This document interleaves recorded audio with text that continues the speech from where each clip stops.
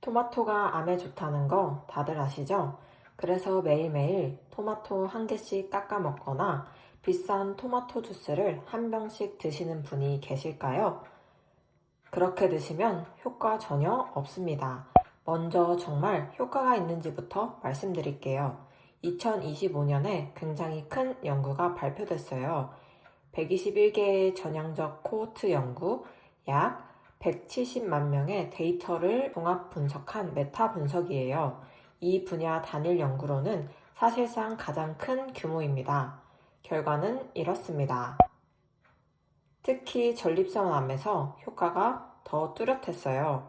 21개 관찰 연구를 종합한 분석에서 익힌 토마토를 많이 드신 분들의 전립선암 위험이 약 19% 감소했죠. 그런데 여기서 정말 중요한 포인트가 하나 있어요. 같은 연구에서 이런 결과도 나왔거든요. 단순히 토마토를 더 많이 먹는 것만으로는 의미 있는 항암 효과가 나타나지 않았다. 무슨 뜻일까요? 핵심은 토마토가 아니에요. 토마토 안에 들어있는 라이코펜이라는 성분이 우리 몸에 얼마나 흡수되느냐가 관건이라는 거예요. 그래서 진짜 중요한 건 이거예요. 어떻게 먹느냐.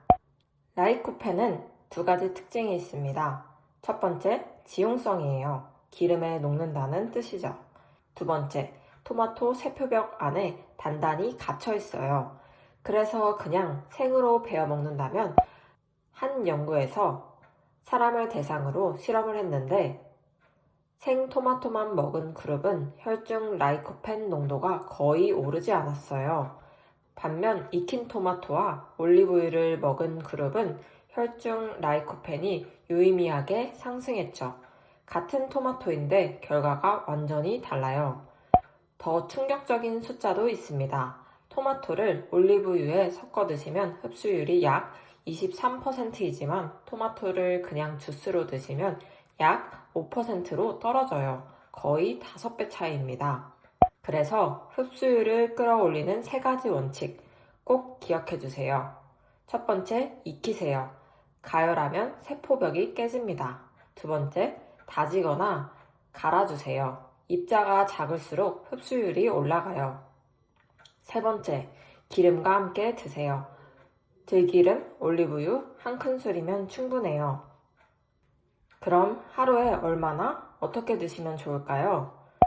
연구를 종합해보면 암 예방 효과가 가장 잘 나타난 양은 하루 9에서 21mg의 라이코펜이에요.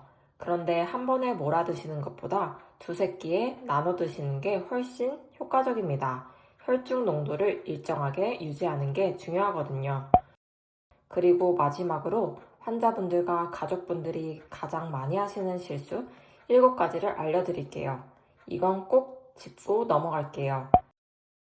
하나, 생토마토만 그냥 베어 드시면 흡수율이 거의 안 올라가요. 둘, 무지방으로 드시지 마세요. 라이코펜은 지방이 있어야 흡수돼요. 계란, 두부, 콩, 건강한 단백질을 추가하여 흡수율을 높이세요. 셋, 토마토 슬라이스 통째로 드시지 마세요. 다지거나 가는 게 훨씬 좋아요. 넷, 차가운 생토마토만 먹지 마세요. 가열이 빠지면 흡수율이 뚝 떨어져요. 다섯, 토마토 케찹으로 라이코펜을 대체할 수 있다고 생각하지 마세요. 물론 함량은 있지만 첨가물, 나트륨, 당류가 너무 많아요. 환자 식단으로는 정말 부적절합니다. 여섯, 보충제에만 의존하지 마세요. 토마토에는 라이코펜 외에도 베타카로틴, 비타민C, 폴리페놀이 함께 있어 시너지를 내요. 음식 섭취가 우선입니다. 7. 공복에 토마토 주스를 마시지 마세요. 토마토는 산성이라 위 점막을 자극시킬 수 있어요. 항암 치료 중 위장이 약해지신 환자분들은 반드시 식사 중이나 식사 후에 드세요. 오늘 이야기를 정리해 드릴게요. 토마토는 분명히 항암 식단의 좋은 한 축이에요. 특히 전립선암 예방에서는 근거가 탄탄하죠. 하지만 많이 먹는 것보다 제대로 먹는 것이 훨씬 중요해요. 토마토를 익히고 잘게 으깨서 기름 한 방울 더해서 드셔보세요. 오늘 영상 끝까지 시청해주셔서 감사합니다.